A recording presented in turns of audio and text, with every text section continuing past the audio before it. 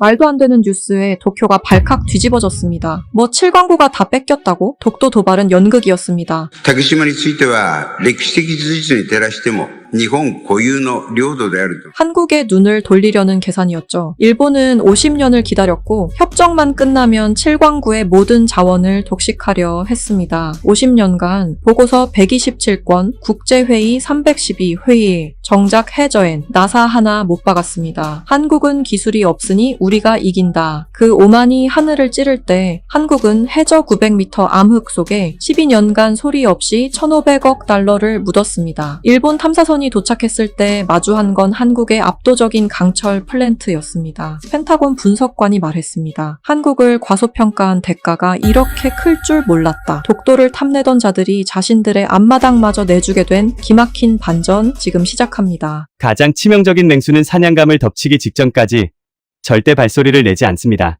그저 숨을 죽인 채 오만한 사냥감이 스스로 빈틈을 보일 때까지 완벽한 어둠 속에서 기다릴 뿐이죠. 제가 그날 목격한 한국의 모습이 정확히 그랬습니다. 반세기 동안 이어져 온 해저 자원공동개발 협정이 마침내 허무하게 끝을 맺던 날, 전 세계는 일본의 완벽한 승리를 선언했습니다. 하지만 그 승리의 선언은 역사상 가장 뼈아픈 오판의 시작이었습니다. 저는 엘리엇 콜드웰입니다. 매사추세츠 공과대학에서 30년 넘게 심해 두조공학과에서 자원채굴 시스템을 연구해 온 수석 연구원이자 펜타곤 해양 전략국의 기술 자문을 겸임하고 있습니다. 평생을 깊고 어두운 바닷속 수압과 싸우며 살아온 저에게도 그날 벌어진 일은 제 상식과 학자로서의 신념을 송두리째 뒤흔들어 놓은 충격적인 사건이었습니다. 운명의 그날 아침, 제 연구실의 거대한 모니터 화면에는 일본 경제산업성의 긴급 기자회견이 생중계되고 있었습니다.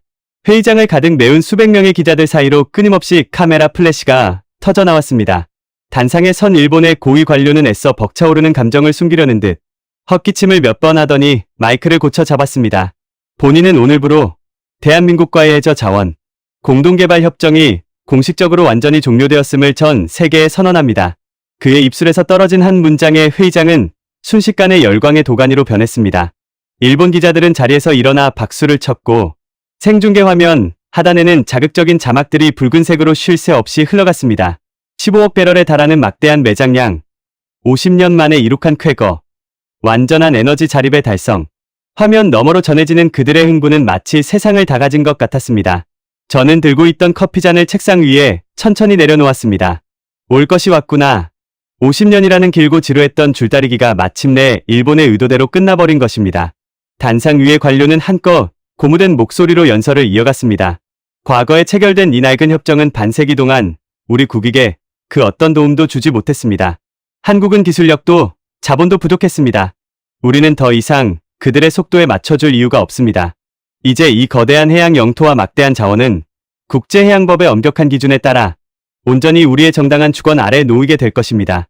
그의 말은 법적으로는 전혀 틀린 구석이 없었습니다. 한국과 일본 사이에 위치한 그 거대한 대륙붕지대는 지정학적으로나 경제적으로나 두 나라의 명운을 바꿀 수 있는 황금의 땅이었습니다. 하지만 어느 한쪽도 완벽한 소유권을 주장하기 애매한 위치였기에 과거 양국은 타협을 선택했습니다. 50년 동안 서로 싸우지 말고 평화롭게 공동으로 조사하고 개발해서 공평하게 나누어 갖자는 약속이었죠. 하지만 그 평화로운 약속 뒤에 숨은 일본의 전략은 너무나도 교묘하고 잔인했습니다. 50년이라는 긴 세월 동안 일본은 단 한 번도 진정성을 가지고 개발에 임하지 않았습니다. 환경조사를 해야 한다. 경제성이 부족하다. 단층 구조가 위험하다. 기술적 한계가 있다. 매년 열리는 국제회에 참석 횟수만 300회가 넘었고 의미 없는 조사 보고서만 100권 넘게 찍어내면서 교묘하게 시간만 질질 끌었습니다. 바다 밑에는 나사 하나 박지 않으면서 서류 작업으로 반세기를 허비한 것입니다. 왜 그랬을까요? 그들은 알고 있었던 겁니다. 이대로 시간만 흘려보내면 결국 협정은 만료될 것이고 지리적 조건과 새로운 국제법의 기준을 내세워 그 거대한 바다를 통째로 삼킬 수 있다는 것을 말입니다. 반면 한국의 입장은 그야말로 피가 마르는 고문이었을 겁니다. 협정의 조항은 상업적 독자 개발과 시추시설 설치를 명백히 금지하고 있었습니다. 하지만 민간 학술 연구와 환경 조사를 위해 해저에 접근하는 것 자체를 막는 조항은 어디에도 없었습니다. 한국은 그 아주 좁고 날카로운 틈을 12해 동안 놓치지 않고 파고들었습니다. 그러나 그 모든 것은 나중의 이야기입니다. 당시 한국은 끊임없이 공동 탐사를 요구했지만 돌아오는 것은 일본의 차가운 거절뿐이었습니다. 그렇게 흘려보낸 시간이 무려 반세기였습니다. 그리고 마침내 약속된 시간이 끝나는 오늘, 일본은 기다렸다는 듯이 협정 연장을 단호하게 거부하며 독식을 선언한 것입니다. 저는 화면을 응시하며 깊은 생각에 잠겼습니다. 한국은 과연 이 엄청난 굴욕에 어떻게 대응할 것인가? 분노의 찬성명을 내고 국제사법재판소에 제소하며 치열한 법적 공방을 예고할까? 아니면 전 세계 언론을 향해 일본의 비열한 시간 끌기 전략을 강력하게 규탄할까? 하지만 몇 시간 뒤 발표된 한국 외교부의 공식 성명은 제 예상을 완전히 그리고 소름 끼치도록 처참하게 빗나갔습니다. 인터넷에 올라온 한국 정부의 논평은 단 한 줄이었습니다. 대한민국 정부는 금일 일본의 일방적인 협정 종료 선언에 대해 깊은 유감을 표명한다. 그게 전부였습니다. 장관의 격앙된 브리핑도 국제소송을 불사하겠다는 결연한 의지도 일본을 향한 날 선 비판도 없었습니다. 그저 종이장처럼 얇고 건조한 유감이라는 단어 하나가 전부였습니다. 전 세계 주요 언론들은 즉각 한국이 사실상 영유권을 포기했다며 강대국을 상대로 한 외교전에서 백기를 들었다고 앞다투어 보도했습니다. 하지만 저는 모니터 화면에 그 짧은 문장을 몇 번이나 다시 읽으며 등골이 서늘해지는 것을 느꼈습니다. 너무 조용했습니다. 길게 할 정도로 차분했습니다. 제가 아는 한국은 역사적으로 단 한 번도 국가의 주권과 영토 문제에 있어서 이렇게 무기력하게 물러서는 나라가 아니었습니다. 무언가 거대한 진공 상태에 빠진 듯한 이 불쾌한 고요함. 그것은 패배자의 체념이 아니라 폭풍이 몰아치기 직전에 숨막히는 침묵처럼 느껴졌습니다. 그날 밤, 제 오랜 친구이자 펜타곤 전략 정보국에서 수석 분석관으로 일하는 실비아 로망에게서 다급한 전화가 걸려왔습니다. 수화기 너머로 들리는 그녀의 목소리는 평소의 냉철함과는 거리가 멀었습니다. 엘리엇, 오늘 도쿄에서 발표한 뉴스 봤어? 물론이지. 하루 종일 그 뉴스뿐이던데. 일본이 결국 원하던 대로 밥상을 독차지했더군. 한국 반응 말이야. 엘리엇, 당신은 어떻게 생각해? 너무 이상하지 않아? 나도 아까부터 그 생각 중이었어. 패배를 인정했다기엔 지나치게 담담해. 마치 이 상황을 오래전부터 예상하고 있었던 사람들처럼 내 정보관으로서의 직감이 강하게 경고하고 있어. 엘리엇, 한국은 절대로 이렇게 순순히 물러날 애들이 아니야. 우리는 과거 그들이 반도체와 조선업에서 어떻게 세계를 제패했는지 두 눈으로 똑똑히 지켜봤어. 펜타곤 내부에서도 한국의 이 비정상적인 침묵을 두고 여러 가설이 돌고 있어. 우리가 모르는, 아니 전 세계가 완벽하게 속고 있는 무언가 거대한 프로젝트가 수면 아래에서 돌아가고 있을지도 모른다는 불길한 예감이 들어. 무슨 근거라도 발견한 거야? 아니, 아직 구체적인 물증은 없어. 위성 데이터나 통신 감청에서도 특이점은 전혀 잡히지 않았어. 하지만 바로 그게 더 소름 돋는 부분이야. 그들은 완벽하게 침묵하고 있어. 하지만 숨소리조차 들리지 않는 방 안에 거대한 맹수가 웅크리고 있는 듯한 압박감이 느껴진달까. 한국이 무언가를 준비하고 있다. 도대체 무엇을 어떻게? 이미 법적인 권리는 모두 끝났고 바다는 텅 비어 있는데 말입니다. 그리고 며칠 뒤 제 책상 위로 한 통의 정중한 초청장이 도착했습니다. 발신인은 일본해양연구개발기구였습니다. 그들은 다음 주 최첨단 장비로 무장한 초대형 심해 탐사선 아마테라스호를 출항시킨다고 했습니다. 협정 종료와 동시에 본격적인 독자 탐사와 시추 준비를 시작하겠다는 승자의 여유로운 과시였죠. 그리고 저에게 그 역사적인 첫 탐사의 국제관측단 수석 고문으로 탑승해달라는 요청이었습니다. 평소에 저라면 연구실의 산더미 같은 프로젝트들을 핑계로 정중히 거절했을 것입니다. 하지만 이번 초청장은 달랐습니다.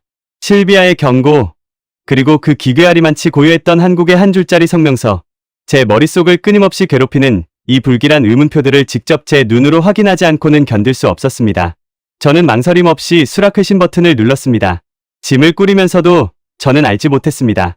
그들이 자신만만하게 출항시키는 그 거대한 탐사선이 사실은 일본의 화려한 승전보를 알리는 축포가 아니라 한국이 지배하는 거대한 심해 제국의 문을 여는 초라한 열쇠에 불과하다는 사실을요. 그리고 바다 깊은 곳에서 저를 기다리고 있는 것이 현대공학의 상식을 산산조각 낼 충격적인 강철의 괴물이라는 것도 말입니다. 며칠 뒤 저는 짐을 꾸려 곧바로 일본 나가사키로 향했습니다. 나가사키 항구의 거대한 콘크리트 부두 위에 서자 바닷바람을 맞으며 제 눈앞에 우뚝 솟은 것은 웅장한 유용을 자랑하는 일본의 최신형 초대형 심해 탐사선 아마테라스호였습니다. 배의 길이는 좋기 120m를 훌쩍 넘었고 갑판 위에는 심해의 엄청난 수압을 견디며 작업할 수 있는 최첨단 크레인과 굵은 강철, 케이블들이 매끄러운 윤기를 내며 아침 햇빛을 튕겨내고 있었습니다. 항구 주변은 그야말로 발 디딜 틈조차 없었습니다. 수십 대의 방송국 중계차가 늘어서 있었고 헬리콥터 여러 대가 요란한 프로펠러 소리를 내며 상공을 맴돌았습니다. 50년이라는 기나긴 기다림 끝에 마침내 울려 퍼진 승전보, 그리고 새로운 해양 영토를 개척하러 떠나는 정복자들의 화려한 출정식. 딱 그런 모습이었습니다. 가벼운 발걸음으로 높은 트랩을 오르자 이번 탐사의 총괄 책임을 맡은 일본 측 수석 엔지니어 쿠로다 요시타카가 물이 지어있던 기자들을 물리고 환한 미소를 지으며 저를 향해 다가왔습니다. 엘리엇 박사님, 이처럼 역사적이고 영광스러운 출항에 흔쾌히 함께 해주셔서 무한한 감사를 드립니다. 오늘 우리는 드디어 50년 동안 묶여있던 일본의 정당한 권리를 되찾고 그 누구의 간섭이나 방해 없이 저 깊은 바다에 잠든 무한한 자원의 실체를 두 눈으로 확인하게 될 것입니다. 박사님께서도 우리 일본의 압도적인 해양 기술력이 어떻게 새로운 역사를 시작하는지 똑똑히 지켜봐 주십시오. 그의 목소리에는 도저히 숨길 수 없는 자만심과 승리감이 가득 배어 있었습니다. 저는 애써 입꼬리를 올려 부드러운 미소로 화답하며 그와 악수를 나누었지만 가슴 한구석에 무겁게 다리를 틀고 있는 그 서늘하고 찜찜한 직감만큼은 끝내 털어낼 수가 없었습니다. 실비아가 경고했던 한국의 그 기괴한 침묵이 머릿속을 끊임없이 맴돌고 있었기 때문입니다. 요란한 백고동 소리와 함께 배가 항구를 떠나 목표에 여긴 제7광구의 중심부로 향하는 12시간 동안 아마테라스호의 내부는 마치 육지의 거대한 고급 연회장을 그대로 옮겨 놓은 듯한 축제 분위기였습니다. 저녁이 되자 고급 선실 식당에서는 샴페인 코르크가 연신 터져 나왔고 연구원들과 선원들은 최고급 요리를 즐기며 서로의 잔을 부딪히기 바빴습니다. 그들은 이미 매장된 15억 배럴의 원유를 자신들이 모두 캐낸 것처럼 흥분해 있었고 언론사 카메라들은 그들의 환희와 자신감을 실시간으로 도쿄 본국에 전송하고 있었습니다. 축제의 열기가 너무나도 부담스러웠던 저는 슬며시 식당을 빠져나와 텅 빈 선미의 갑판으로 올라갔습니다. 사방은 그야말로 칠흑 같은 어둠뿐이었고 뱃머리에 부딪히며 부서지는 거친 파도 소리만이 고막을 때리고 있었습니다. 저는 난간에 기대어 차가운 바닷바람을 맞으며 수평선 너머 어딘가에 존재할 한국을 향해 시선을 던졌습니다. 그들은 지금 이 순간 무엇을 하고 있을까? 정말로 저 깊은 심연의 막대한 자원과 50년의 억울한 세월을 이대로 순순히 포기하고 백기를 든 것일까? 아니면 우리가 전혀 상상조차 하지 못하는 거대한 체스판을 짜놓고 미련한 상대방이 제 발로 함정에 걸려들기만을 묵묵히 기다리고 있는 것일까? 밤은 깊어갔지만 꼬리에 꼬리를 무는 의문들 탓에 저는 한숨도 눈을 붙일 수 없었습니다. 이윽고 짙은 어둠이 걷히고 동이 트기 시작할 무렵 아마테라스호의 거대한 엔진 소리가 서서히 잦아들었습니다. 배는 마침내 목표 지점의 정확한 한가운데 좌표에 닻을 내렸습니다. 서둘러 브리지로 올라가자 간밤의 축제로 상기되었던 얼굴들은 온데간데 없이 사라지고 쿠로다 수석 엔지니어를 비롯한 30여 명의 기술진들이 대형 모니터 앞에 숨을 죽인 채 팽팽한 긴장감 속에서 자리를 지키고 있었습니다. 선장의 묵직하고 단호한 지시가 무전기를 타고 흘러나왔습니다. 전 대원 주목. 목표 해역 도착 완료. 지금부터 당함의 핵심인 심해 무인 탐사 로봇 타강 작업을 개시한다. 갑판 뒤쪽에 거대한 크레인이 육중한 굉음을 내며 움직이기 시작했고 초정밀 고해상도 카메라와 다중 음파 탐지 센서 그리고 육중한 채취용 로봇팔로 무장한 최첨단 수중 무인 탐사정이 천천히 바다의 거품 속으로 빨려 들어갔습니다. 브리지 전면의 벽면을 가득 채우고 있던 대형 스크린 3개에 동시에 푸른 바닷속 풍경이 펼쳐졌습니다. 그곳에 있던 모든 사람의 시선이 마치 자석에 이끌리듯 스크린에 꽂혔습니다. 수십백 미터 수면 위에서 산란하며 부서지던 밝고 푸른 빛이 점차 탁해지고 흐릿해지기 시작했습니다. 탐사정의 자세 제어 프로펠러가 미세하게 물살을 가르는 소리만이 스피커를 통해 들려왔습니다. 수심 300미터. 이제 자연의 빛은 완전히 사라졌고 화면 속은 입을 쩍 벌린 거대한 괴물의 식도처럼 완벽한 암흑으로 변해갔습니다. 탐사정 전면에 장착된 자체 할로겐 조명만이 유일하게 의존할 수 있는 시야의 전부였습니다. 수심 500미터. 심해의 엄청난 수압이 탐사정의 티타늄 외벽을 무섭게 짓누르고 있다는 경고음이 조용히 울렸지만 일본 기술진들의 눈빛에는 두려움보다 곧 마주하게 될 막대한 자원에 대한 맹목적인 기대감이 더욱 짙게 깔려 있었습니다. 수심 700미터. 조금만 더 가면 드디어 해저면에 닿습니다. 50년을 기다린 우리의 처녀지가 곧 그 위대한 모습을 드러낼 겁니다. 쿠로다 수석 엔지니어가 마른 침을 꿀꺽 삼키며 덜덜 떨리는 목소리로 중얼거렸습니다. 그의 이마에는 굵은 땀방울이 맺혀 있었습니다. 수심 890미터. 해저면 접근 중. 모니터 하단의 붉은색 고독의 수치가 빠르게 두 자릿수로 줄어들고 있었습니다.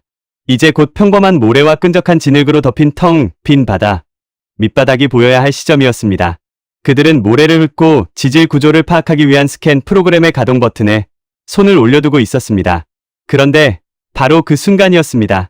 끝을 알 수 없는 칠흑 같은 암흑 속에서 탐사정의 고광도 조명이 바닥을 훑고 지나가던 아주 짧은 찰나, 밋밋한 뻘밭이어야 할 그곳에서 무언가 거대한 윤곽이 강렬하게 빛을 반사했습니다. 브리지 안에 있던 사람들은 처음에는 그저 거대한 자연 암초이거나 심해해류가 만들어낸 특이 지형인 줄 알았습니다. 하지만 조명이 탐사정의 움직임에 따라 조금 더 넓은 각도를 비추고 메인 카메라가 렌즈의 초점을 선명하게 맞추는 순간 브리지 안에 있던 30여 명의 사람들은 약속이라도 한 듯 일제히 숨을 멈추고 몸을 얼어붙게 만들었습니다. 화면을 보던 한 조작원은 놀란 나머지 들고 있던 펜을 바닥에 떨어뜨렸습니다. 그건 모래가 아니었습니다. 금속이었습니다.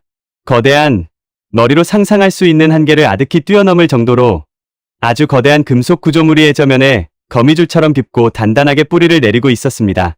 성인 남성의 키를 훌쩍 넘는 굵기의 거대한 강철, 파이프라인 수십 개가 끝도 없이 사방으로 뻗어나가며 해저를 가로지르고 있었고 그 수많은 파이프가 하나로 모이는 중심부에는 마치 영화 속에 나오는 첨단 우주기지를 방불케 하는 거대한 수중 제어 타워가 우뚝 서 있었습니다.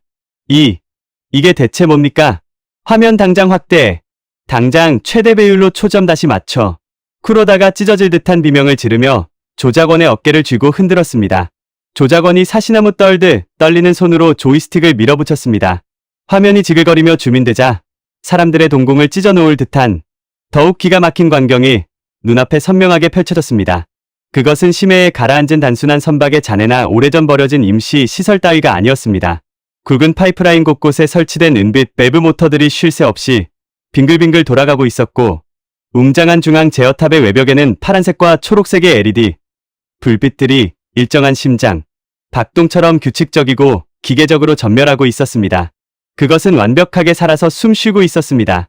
탐사정의 메인 조명이 그 거대한 중앙 모듈의 매끄러운 강철 외벽을 정면으로 비추었을 때 저는 들고 있던 커피잔을 그만 바닥에 떨어뜨리고 말았습니다. 거대한 강철 외벽에는 심해의 차가운 바닷물에 씻긴 선명하고 거대한 글자가 당당하게 음각으로 깊게 새겨져 있었습니다. HDHI 코리아. 그것은 전 세계 바다를 지배하는 한국 최고 조선기업의 로고였습니다. 말도 안 돼. 이건 꿈이야.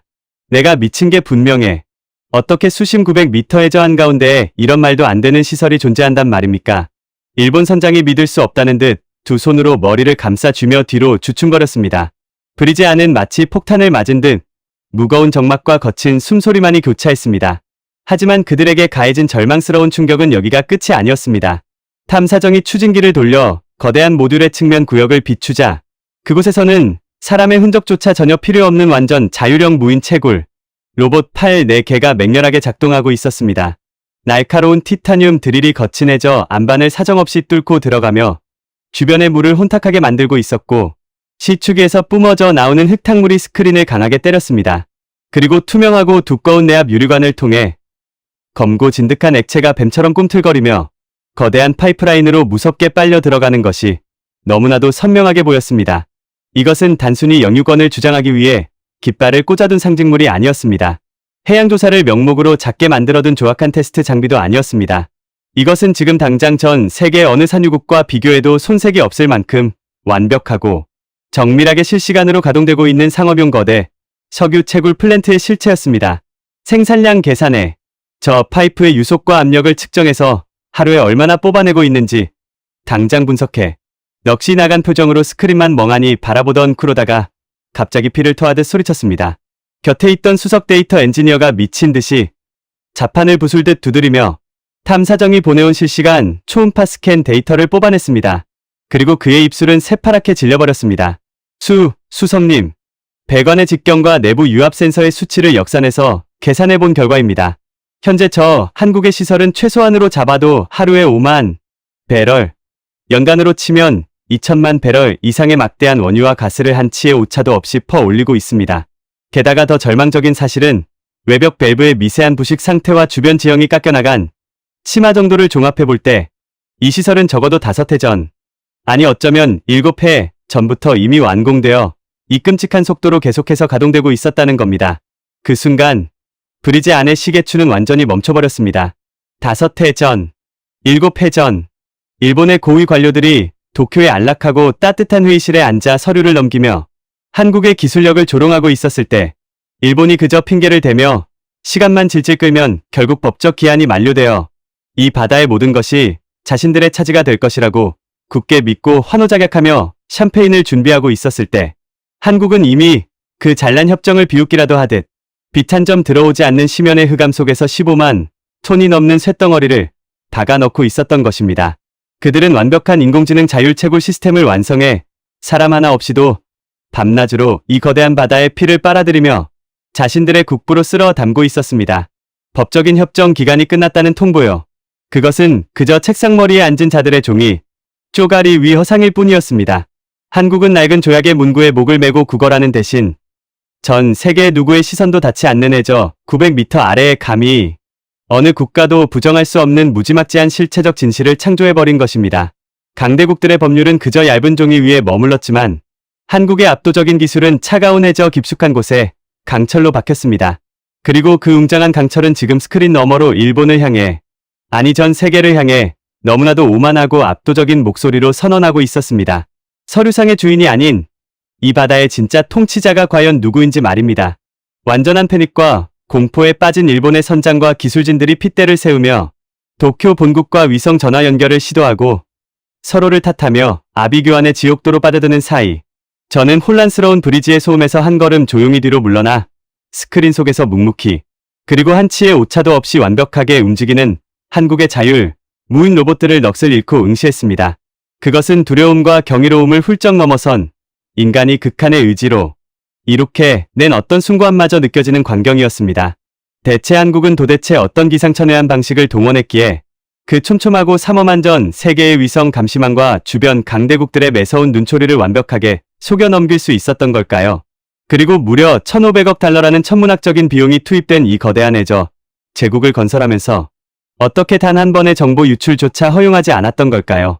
그 숨막히고 기가 막힌 비밀의 퍼즐 조각을 온전히 맞추기 위해 저는 미국 펜타곤의 지하 벙커로 돌아가는 즉시 가장 은밀하게 봉인된 한국의 기밀 문서들을 해제해야만 했습니다.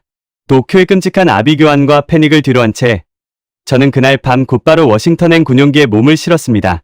14시간의 비행 내내 제 눈앞에는 심해 900m에서 홀로 전멸하던 그 파란색 LED 불빛과 웅장한 강철 파이프라인의 환영이 떠나지 않았습니다. 비행기가 앤드루스 공군기지에 착륙하자마자 저는 쉴 틈도 없이 펜타곤의 가장 깊고 은밀한 지하 보안구역으로 직행했습니다. 세 겹의 생체 인식 문을 통과해 들어간 밀실에는 며칠 전 저에게 한국에 짙은 침묵을 경고했던 전략정보국 수석 분석관 실비아 로망이 이미 모든 위성 데이터베이스를 열어둔 채 저를 기다리고 있었습니다. 그녀의 책상 위에는 수백 장의 기밀 문서가 어지럽게 널려 있었죠. 엘리엇, 당신이 일본 탐사선에서 전송한 암호화 영상은 방금 국방부 수뇌부와 백악관 국가안보회의에 전부 직보되었어. 지금 위층의 제독들과 장관들은 그야말로 턱이 빠져서 말을 못하고 있는 상태야. 실비아는 피로가 가득한 얼굴이었지만 그녀의 두 눈만큼은 형언할 수 없는 지적, 경이로움과 충격으로 무섭게 빛나고 있었습니다. 저는 코트도 벗지 않은 채 그녀의 모니터 앞으로 다가갔습니다. 실비아, 내가 내 두 눈으로 직접 보고 왔으면서도 도저히 믿을 수가 없어. 수심 900m야. 그곳에 1,500억 달러짜리 초대형 해저 플랜트를 건설하려면 최소한 10년이 넘는 시간이 필요해. 수만 톤의 자재가 움직였을 거고 수백 척의 배가 오갔을 거야. 그런데 어떻게 세계 최고를 자랑하는 미국의 군사 위성과 일본의 해상 감시망이 그 긴 세월 동안 단 한 번도 이상 징후를 포착하지 못할 수가 있지? 제 격앙된 질문에 실비아는 말없이 키보드를 두드려 대형 스크린에 지난 12해 동안의 동중국해 해상 궤적 데이터를 띄웠습니다. 지도 위에는 수많은 점이 어지럽게 교차하고 있었습니다. 결론부터 말하자면 우리는 그들을 못 본 게 아니야. 완벽하게 속은 거지. 엘리엇, 이 영상을 봐. 11해 전 한국해양과학기구에서 발표한 공식 보도자료야. 스크린에는 평범해 보이는 한국의 해양조사선 한 척이 출항하는 뉴스가 재생되었습니다. 화면 하단의 자막에는 심해 생태계 및 지질, 구조 파악을 위한 장기 모니터링 프로젝트 착수라는 문구가 적혀 있었습니다. 한국은 이 거대한 제국을 건설하기 위해 가장 지루하고 평범한 가면을 썼어. 그들은 철저하게 민간 학술 연구와 환경 조사라는 명목으로 배를 띄웠어. 처음 2해 동안은 해저 지형의 3D 지도를 완성했고 그 다음 3해 동안은 심해 생물보호라는 명분 아래 수중 음파 탐지기를 가장한 정밀 지질 스캐너를 바닥에 깔았지. 거기에 더해 자재를 한꺼번에 옮기는 대신 수십 개의 서로 다른 항구에서 소량씩 나누어 헌적했어. 일본 해상보안청이 순시선을 보내 검문할 때마다 한국은 아주 투명하고 당당하게 해양 플랑크톤 샘플과 지진 연구 데이터를 보여줬어. 위성이 수상한 선박 집결을 포착할 틈조차 없도록 아무도 환경보호를 위해 연구하는 민간 과학선 밑바닥에서 거대한 티타늄 채굴 파이프가 내려가고 있을 거라곤 상상조차 못한 거야. 저는 헛웃음을 터뜨렸습니다. 완벽한 은폐 기술은 보이지 않게 숨는 것이 아니라 상대방이 보고 싶어하는 가장 뻔한 정답을 눈앞에 던져주는 것이라는 사실을 한국은 정확히 꿰뚫고 있었습니다. 하지만 법적인 문제는 어떻게 해결한 거지?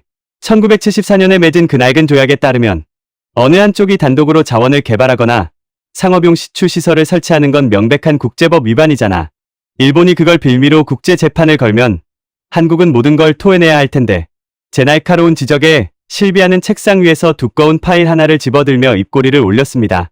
엘리엇, 한국의 치밀함은 공학에만 머물지 않았어.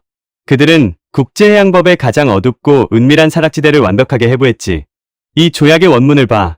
조약은 분명 상업적 독자 개발과 이익의 독점을 금지하고 있어. 그런데 한국은 자신들이 바다 밑에 건설한 그 거대한 강철 도시를 절대 시추 시설이라고 부르지 않았어. 그들은 이 시설을 AI 기반 심해 극한 환경 생존 테스트 베드라고 명명했지. 테스트 베드? 그 엄청난 원유를 하루에 5만 배럴씩 뽑아 올리고 있는데 그게 그저 실험실이라고? 맞아. 한국 정부는 속으로 웃으면서 이렇게 주장할 준비를 마친 거야. 우리는 단 한 방울의 원유도 상업적으로 판매한 적이 없다. 로봇 팔이 안반을 뚫은 건 지질 샘플 채취를 위한 것이고 파이프라인으로 흡입한 액체는 심해 압력 테스트를 위한 유체 실험일 뿐이다. 실제로 한국은 지난 7해 그간 뽑아 올린 어마어마한 양의 원유를 단 한 방울도 시장에 내다 팔지 않았어. 그들은 그 모든 자원을 해저 깊은 곳에 지어진 거대한 특수 저장 탱크에 조용히 한계치까지 차곡차곡 비축만 해두었던 거야. 실비아의 설명을 듣는 순간 제 머릿속에서 거대한 퍼즐 조각이 무서운 굉음을 내며 맞아떨어지는 것을 느꼈습니다. 일본이 기다렸던 것은 조약이 만료되는 50년 뒤의 오늘이었습니다. 하지만 한국은 조약이 만료되는 바로 그 날짜, 그 시간, 그 1초를 디데이로 삼고 역산하여 완벽한 시간표를 짜두었던 것입니다. 지난 12해 동안 그들은 법을 위반하지 않는 선에서 지독하리만치 교묘하게 모든 인프라를 완성했습니다. 상업적 판매만 하지 않았을 뿐 생산과 저장은 이미 완벽한 궤도에 올라 있었습니다. 그리고 오늘 일본이 오만하게 협정의 공식 종료를 전 세계에 선언한 바로 그 순간 족쇄처럼 한국을 올가매던 공동 개발의 의무는 완전히 사라졌습니다. 이제 한국은 그동안 가득 채워둔 수억 배럴의 원유 저장고 밸브를 열고 전 세계의 시장을 향해 합법적이고 당당하게 파이프라인을 연결하기만 하면 되는 것이었습니다. 그럼 그 1,500억 달러라는 천문학적인 자금은 도대체 어디서 융통한 거지? 국회 예산 심의를 거치면 백악관이나 CIA 정보망에 무조건 걸렸을 텐데 실비아는 화면을 넘겨 수십 개의 각기 다른 기업 로고와 정부 부처의 조직도를 띄웠습니다. 그것은 단일 프로젝트가 아니었습니다. 한국 정부 산하의 우주항공연구소, 국방과학기구, 세계 최고 수준을 자랑하는 조선업체 3곳, 배터리 제조 기업, 그리고 최첨단 AI 소프트웨어 스타트업까지 무려 100여 개가 넘는 기관과 기업들이 각자의 명목으로 예산을 쪼개어 배정받았습니다. 조선소는 심해 내압 선체 기술을 개발한다는 명목으로 거대한 모듈을 만들었고 배터리 회사는 극한 환경용 차세대 에너지 저장 장치를 연구한다며 해저 전력망을 구축했습니다.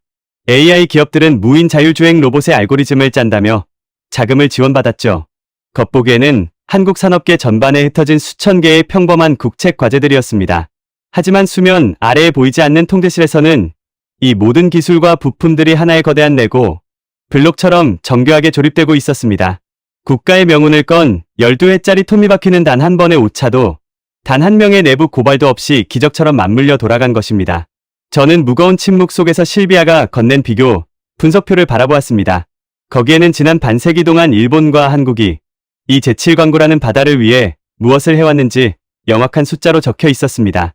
일본 정부는 50년 동안 국제회의에 312회 참석했고 국제재판 승리를 위한 최고급 변호인단 자문료로 수억 달러를 썼으며 127건의 두꺼운 지질 조사 보고서를 찍어냈습니다. 반면 한국은 같은 기간 동안 종이에 글씨를 쓰는 대신 바다 밑에 15만 톤의 강철을 박아 넣었습니다. 인간의 개입이 전혀 필요 없는 완전 자율채굴 도시를 세웠고 수억 배럴의 원유를 이미 자신들의 창고에 쓸어 담았습니다. 일본은 문서상의 권리를 주장하기 위해 목소리를 높였고 한국은 누구도 부정할 수 없는 실효적 지배를 완성하기 위해 철저하게 침묵했습니다. 역사상 유례를 찾아볼 수 없는 가장 치밀하고 완벽한 기술적 쿠데타. 오직 조국의 에너지를 공급하겠다는 그 처절한 생존 본능 하나가 강대국들의 오만한 콧대를 꺾고 인류해양공학의 한계를 단숨에 돌파해 버린 것입니다. 엘리엇, 실비아가 굳은 표정으로 스크린을 끄며 낮게 속삭였습니다. 한국은 단순히 석유 몇 방울을 캐낸 게 아니야. 그들은 전 세계 강대국들에게 아주 잔인하고 명백한 메시지를 던진 거야. 조약과 법률은 힘 있는 자들이 언제든 찢어버릴 수 있는 휴지 조각에 불과하지만 압도적인 기술과 선점된 인프라는 그 누구도 빼앗을 수 없는 진짜 영토라는 사실을 말이지. 저는 등줄기를 타고 흐르는 식은땀을 닦아냈습니다. 그런데 실비아가 스크린을 끄려다 손을 멈추며 제 팔을 꽉 쥐었습니다. 그녀의 눈빛이 흔들리고 있었습니다. 엘리엇, 그런데 아직 끝이 아니야. 방금 말한 이 모든 것은 우리가 방금 해독하기 시작한 한국의 진짜 마스터 플랜에서 극히 일부분에 불과해. 그 문서를 보는 순간 당신 심장도 나처럼 멎어버릴 거야. 이 사건이 불러올 도쿄와 베이징의 충격을 먼저 확인해야 해. 암호 해독이 완전히 끝나려면 아직 시간이 더 필요하거든. 진실이 수면 위로 떠오르는 데는 채 며칠이 걸리지 않았습니다. 한국이 해저 900m 아래에 1,500억 달러짜리 거대한 괴물을 숨겨두고 있었다는 사실이 펜타곤의 비밀 보고서를 거쳐 전 세계 주요 언론에 폭로되자 지구촌 전체가 발칵 뒤집혔습니다. 특히 가장 큰 충격과 공포에 휩싸인 곳은 다름 아닌 일본의 수도 도쿄였습니다. 불과 일주일 전만 해도 승전보를 울리며 축제 분위기에 취해 있던 일본 열도는 그야말로 초상집으로 변했습니다. 신문 일면을 장식했던 에너지 자립의 쾌거라는 헤드라인은 50년간의 외교적 무능과 굴욕적인 패배를 질타하는 분노의 활자들로 뒤덮였습니다. 저는 펜타곤의 정보 채널을 통해 일본 수뇌부의 긴박한 움직임을 실시간으로 전달받고 있었습니다. 일본 총리관저에서는 연일 고성이 오가는 긴급 비상대책회의가 열렸습니다. 그들은 국제해양재판소에 한국을 제소하겠다며 길길이 날뛰었지만 최고위급 국제법 전문가들의 냉정한 분석 앞에 그들의 호기는 산산조각이 났습니다. 총리 각하, 지금 당장 소송을 걸어도 최종 판결이 나오기까지는 최소 7회에서 열해가 걸립니다. 그 기나긴 시간 동안 한국은 이미 완성된 저 거대한 무인 채굴 플랜트를 밤낮 없이 돌려 수억 배럴의 원유와 가스를 모조리 뽑아가 버릴 겁니다. 재판에서 설령 우리가 이긴다 한들 10년 뒤 우리에게 남는 것은 텅 빈 바다 밑바닥뿐입니다. 일본은 벼랑 끝에 몰렸습니다. 한국의 시설을 강제로 철거하거나 군사적 타격을 가하는 것은 전면전을 각오해야 하는 미친 짓이었고 그렇다고 이제 와서 일본이 독자적인 해저 플랜트를 건설하자니 최소 10년이라는 시간과 1,000억 달러 이상의 막대한 천문학적 자본이 필요했습니다. 50년 동안 서류 뭉치만 흔들며 시간을 낭비한 오만의 대가는 너무나도 가혹했습니다. 결국 일본 내부에서는 현실을 직시하자는 목소리가 터져나왔습니다. 미국 역시 동맹국 간의 불필요한 충돌을 원치 않는다는 뜻을 조용히 전달해 왔습니다. 일본이 선택할 수 있는 길은 단 하나뿐이었습니다. 자존심을 시궁창에 내다 버리고 한국을 찾아가 고개를 숙이는 것이었죠. 그로부터 보름 뒤 서울의 한 최고급 호텔 비공개 회의장. 일본 경제산업성의 최고위급 특사단이 굳은 표정으로 한국 산업부 장관 앞에 마주 앉았습니다.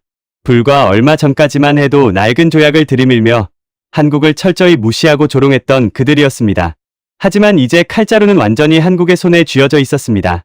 장관님, 지난 50년간의 오해와 갈등은 덮어두고 대승적인 차원에서 협력합시다. 제7광구의 자원을 사이좋게 50대 50으로 나누는 것이 양국의 미래를 위해 가장 합리적인 선택 아니겠습니까? 일본 특사는 애써 여유로운 척하며 동등한 비율의 수익 분배를 요구했습니다. 하지만 한국 장관의 입가에는 서늘하고 차가운 미소가 번졌습니다. 50대 50이라니요. 착각이 지나치십니다. 바다의 소유권이 모호하다는 것은 인정합니다. 하지만 저의 저 900m 아래에서 지금 이 순간에도 원유를 퍼올리고 있는 15만 톤의 강철 구조물, 인공지능 자율채굴 로봇, 그리고 해저 파이프라인망은 전부 명백한 대한민국의 독자적인 사유, 재산입니다. 정자원을 가져가고 싶으시다면 일본도 직접 시설을 지어서 퍼가시면 됩니다. 우리가 말릴 이유가 없지요. 한국 장관의 단호한 일격에 일본 특사의 얼굴은 잿빛으로 변했습니다. 직접 지으라니요. 그것이 불가능하다는 것을 누구보다 잘 아는 일본이었습니다. 긴 침묵 끝에 일본 측은 덜덜 떨리는 목소리로 굴욕적인 항복 선언을 할 수밖에 없었습니다. 결국 그날 밤 체결된 양해각서의 내용은 일본 역사상 유례를 찾아볼 수 없는 최악의 외교적 치욕이었습니다. 생산된 자원의 배분 비율은 한국이 70, 일본이 30을 가져가는 것으로 합의되었습니다.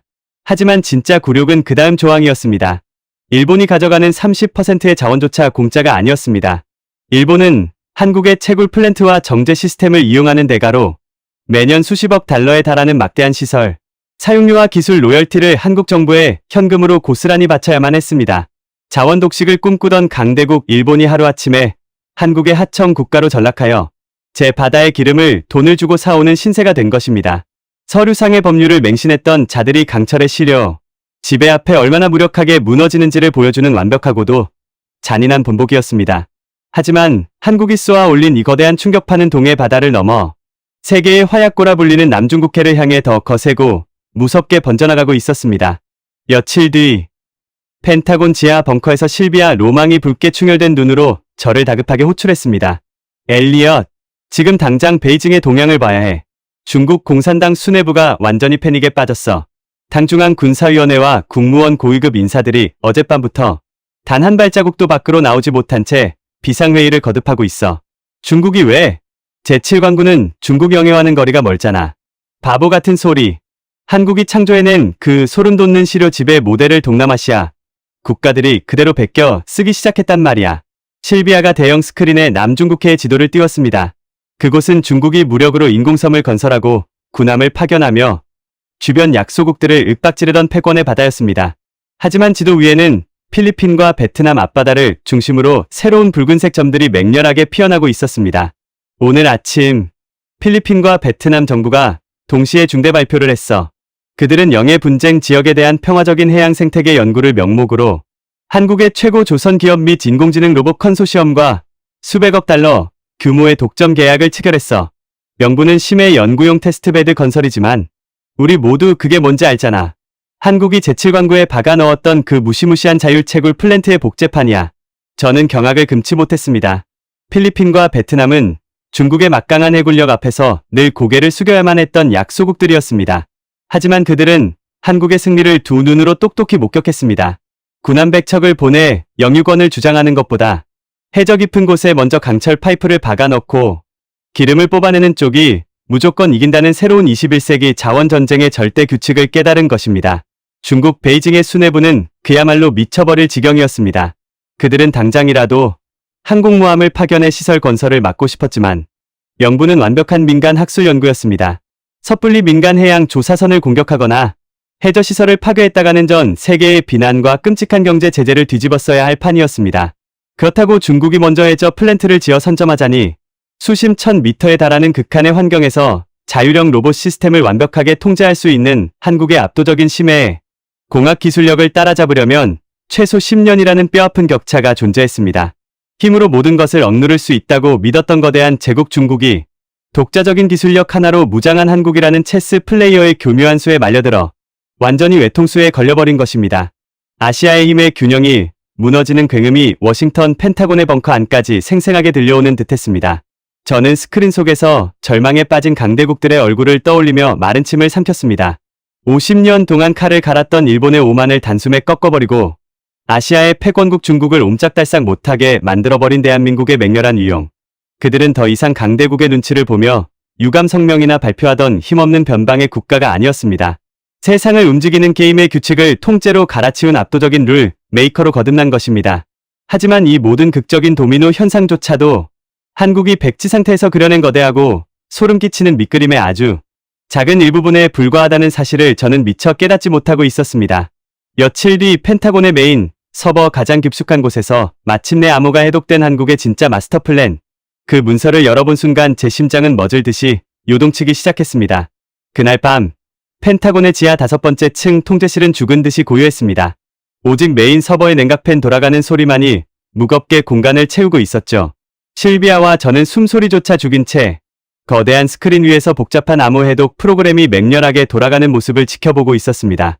한국 정부의 철통같은 보안망을 뚫고 CIA 사이버 정보팀이 간신히 빼내온 단 하나의 암호화 파일. 무려 256비트의 최상의 암호화가 걸려있던 그 파일이 마침내 녹색 불빛을 깜빡이며 봉인을 해제했습니다. 화면 중앙에 떠오른 문서의 첫 페이지를 본 순간 제 심장은 문자 그대로 멎어버리는 듯했습니다. 대한민국 에너지 주권 확립 및 글로벌 기술 패권 장기 로드맵.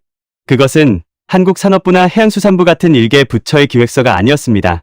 에너지 수입 의존도 90%가 넘는 자원 빈국이 열강들의 틈바구니 속에서 영원히 살아남기 위해 국가의 모든 명운을 걸고 써내려간 피 묻은 생존의 서사시였습니다. 저는 떨리는 손으로 마우스를 쥐고 다음 페이지를 넘겼습니다. 그리고 그곳에 적힌 진실은 제 평생의 상식을 완전히 가루로 만들어버렸습니다. 우리를 그토록 경악하게 만들었던 제7광구의 1,500억 달러짜리 해저 플랜트, 일본을 굴복시키고 중국을 공포에 떨게 만들었던 그 거대한 강철의 제국은 놀랍게도 이 거대한 마스터 플랜의 최종 목표가 아니었습니다. 그것은 그저 위대한 계획의 시작을 알리는 아주 작은 테스트 베드, 즉 1단계 시범 사업에 불과했던 것입니다. 엘리엇, 2단계 계획을 봐. 이건 정말 미친 짓이야. 실비아의 목소리가 사시나무 떨리듯 떨리고 있었습니다. 이 단계의 제목은 동해 심해 가스전 자율화 플랜트 확장 단지 구축이었습니다. 한국은 이미 제7광구에서 10년 동안 완벽하게 검증을 마친 인공지능 무인 채굴 시스템과 수중 로봇 기술을 자신들의 앞바다인 동해로 고스란히 끌고 들어올 계획을 세워두고 있었습니다. 문서에 따르면 동해 바다 밑에서는 이미 제7광구의 3배 규모에 달하는 초대형 가스전 건설에 대한 타당성 검토가 비밀리에 완료된 상태였으며 착공 준비 단계에 접어들고 있다고 적혀 있었습니다. 거기서 끝이 아니었습니다. 3단계의 제목을 확인한 저는 그만 의자에 털썩 주저앉고 말았습니다. 태평양 심해 2000m 극한 환경 히토류 무인 채굴 기지 건설 로드맵. 2000m. 그것은 현재 지구상의 어떤 선진국도 감히 상업적 채굴을 시도조차 하지 못하는 죽음의 심연이었습니다. 엄청난 수압이 모든 금속을 지식어버리는 그곳에서 한국은 첨단 우주공학과 잠수함 내압 기술을 결합해 반도체와 배터리의 핵심 원료인 히토류를 로봇으로 싹쓸이하겠다는 장기 계획을 수립해 놓은 것입니다. 이해할 수가 없어. 도대체 왜 이렇게까지 하는 거지? 제7광구 하나만으로도 한국은 이미 엄청난 부를 거머쥐었어. 굳이 이렇게 국가의 명운을 건 무리수를 두면서까지 전 세계의 바다를 파헤치려는 이유가 대체 뭐란 말이야? 제가 혼란에 빠져 소리치자 실비아는 문서의 맨 마지막 장에 적힌 한국 수뇌부의 전략적 의회 분석 파트를 화면에 크게 띄웠습니다. 에너지 자립은 단순한 경제적 이익의 창출이 아니다. 그것은 주변 강대국들의 해상 봉쇄나 자원 무기와 압박으로부터 조국의 숨통을 지켜내는 유일한 생명줄이다. 에너지가 끊기면 공장이 멈추고 국가의 방패가 무너진다. 우리는 더 이상 강대국들의 선의에 우리의 운명을 맡길 수 없다. 그 짧은 문장 속에 담긴 결연하고도 서늘한 의지가 제 가슴을 강하게 쳤습니다. 저는 그제야 한국이라는 나라가 가진 끔찍한 지정학적 딜레마를 온전히 이해할 수 있었습니다. 위로는 꽉 막힌 대륙이 있고 삼면은 바다로 둘러싸인 사실상의 섬나라, 중국과 일본, 그리고 러시아라는 거대한 군사 강대국들 사이에 포위된 채 매년 1,000억 달러가 넘는 막대한 피 같은 돈을 외국에 바치며 에너지를 구걸해야만 했던 약소국의 서러움. 한국은 75년 전 전쟁으로 모든 것이 잿더미가 되었던 참혹한 폐허의 땅이었습니다. 마실 물조차 부족해 원조에 기대어 연명하던 그 작고 가난했던 나라의 국민들은 오직 살아남겠다는 맹렬하고 독한 의지 하나로 밤낮 없이 일하며 반도체를 만들고 거대한 배를 용접했습니다. 그리고 이제 그들은 그 피땀으로 쌓아 올린 압도적인 기술력을 무기 삼아 지구상에서 가장 가혹한 환경인 심해 900m를 지배하는 정복자로 진화해버린 것입니다. 엘리엇, 한국은 단순히 기름과 가스를 캐내려는 게 아니야. 그들은 룰 메이커가 되려는 거야. 실비아의 말대로였습니다. 부수 효과 분석이라는 항목 아래에는 이 거대한 프로젝트를 통해 한국의 조선업과 인공지능, 로봇 산업이 어떻게 세계 시장을 독식하게 될 것인지 구체적인 수치로 적혀 있었습니다. 한국은 에너지를 얻는 동시에 그 에너지를 캐내는 압도적인 시스템 자체를 전 세계 분쟁 국가들의 비싼 값에 팔아치울 작정이었습니다. 제7광구는 석유를 캐는 곳이 아니라 한국의 압도적인 기술력을 전 세계에 증명하는 거대한 수중 쇼룸이었던 셈입니다. 문서의 마지막 페이지를 닫으며 저는 온몸에 전율이 일어나는 것을 느꼈습니다. 일본은 50년 전의 조약이라는 낡은 종이 쪼가리에 기대어 권리를 구걸했고 중국은 거대한 항공모함이라는 물리적인 쇳덩어리로 힘을 과시했습니다. 하지만 한국은 완벽하게 달랐습니다. 그들은 보이지 않는 심연의 어둠 속에서 가장 진보된 미래의 기술을 벼려냈고 누구도 반박할 수 없는 완벽한 실행력으로 스스로의 영토를 창조해냈습니다. 이것은 역사의 흐름이 완전히 뒤바뀌는 웅장한 순간이었습니다. 크기가 큰 나라가 작은 나라를 지배하던 낡은 시대는 끝났습니다. 이제 바다는, 아니 전 세계의 질서는 오직 가장 혁신적인 기술을 쥐고 묵묵히 실행하는 자의 차지가 될 것입니다.